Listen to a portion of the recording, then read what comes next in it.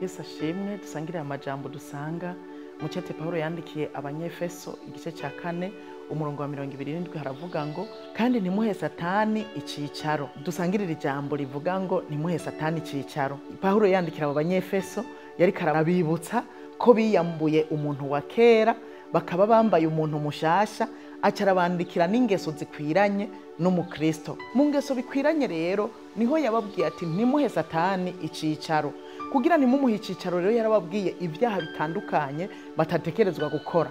Icambere yarababwiye kubesha, yarababwiye gushavura, yarababwiye kwiba, arababwira ibyo kujingitwa, ibyo gutukana n'ibindi n'ubusambanyi nabwo nyene burimwo. Mu majambo make nagiye gusanga ibyaha nibyo bituma duha satani icicaro. Urabe neza nimba waravutse ubwa kabiri nihabe hari ibyaha uri kurakora, eka nawe utaravuka ubwa kabiri uhebe ibyaha kugira ngo satani areke kugira icicaro muri wewe. Ndabaha akarorero ka Kayini, usomye mu itanguriro mu gice ca 4 gahera nyene ku murongo wa mbere haravuga ukuntu Kayini na Abeli batanze ibimazi. Ikimazi ca Kayini nticemegwa ariko ica Abeli kiremegwa. Ikimazi ca Kayini kitemewe acarashavura cyane, agira ishavu ryinshi. Mu byo Pawulo yabujije abanyefeso n'ishavu yarari babujije, mbere we yarababwiye ngo niwirigwana ishavu nturirarane. Hanyuma Kayini arashavura cyane, amaze gushavura yaragira ubuntu Imana iramugendera iramubaza ngo mbega Kayini ubabajwe niki ko wijiriwe mu maso? Imana iramubwira ngo wokora neza ntiwokwemegwa, ariko nutakora neza icyaha kibunze ku rugi kandi ni wewe cipfuza. Arongera akaramubwira ngo ariko ukwiye kukinesha.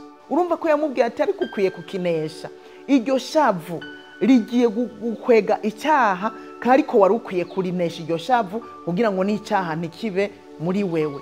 Kayini ntiyumviye impanuro y'Imana, ntiyumviye kugabishwa n'Imana, abandanya gushavura. Ntivyatevye aca arica umuvukanyi wiwe Abeli. Aha kwari kubaha akarorero ukuntu ishavu rishobora kuhicicaro satani, ugasanga wakoze ibidakogwa, ugasanga wakoze bibi, n'ibindi vyaha vyose dukora birahicicaro satani. Ngomba rero gusabe wiyubare, wewe wavutse ubwa kabiri wiyubare, ntiwugururire umuryango satani ngo yongera abe muri wewe.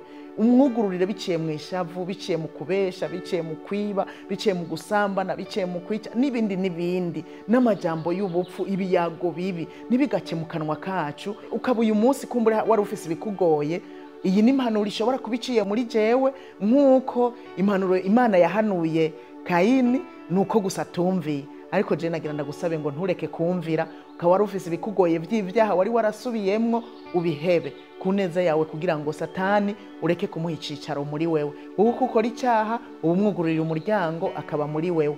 Kandi waruzi yuko iyo wiyambuye umuntu wa kera abadayimoni bakava muri wewe baguma hafi cyane kugira ngo bongere bagukoze icyaha, kandi ngo ni dayimoni zirahitanana zikinjira muri wewe ari nyinshi cyane, kandi ngo ivyo hanyuma vyawe biba bibi gusumba ivya mbere. Mu gusozera ndabahe iyi mpanuro ivuga ngo twiyubare muri vyose kugira ntidusange twahaye satani icicaro. Na wewe kumbura utaravuka ubwa kabiri utarashobozwa kwiyambura umuntu wa kera, nagira ndagusabe ngo ugire inguvu, utere intambuko, wakire Yesu akubera umwami n'umukiza, wiyambura umuntu wa kera, winjire mu bugingo bushasha, niho uzogira amahoro n'umunezero w'ibihe bidashira.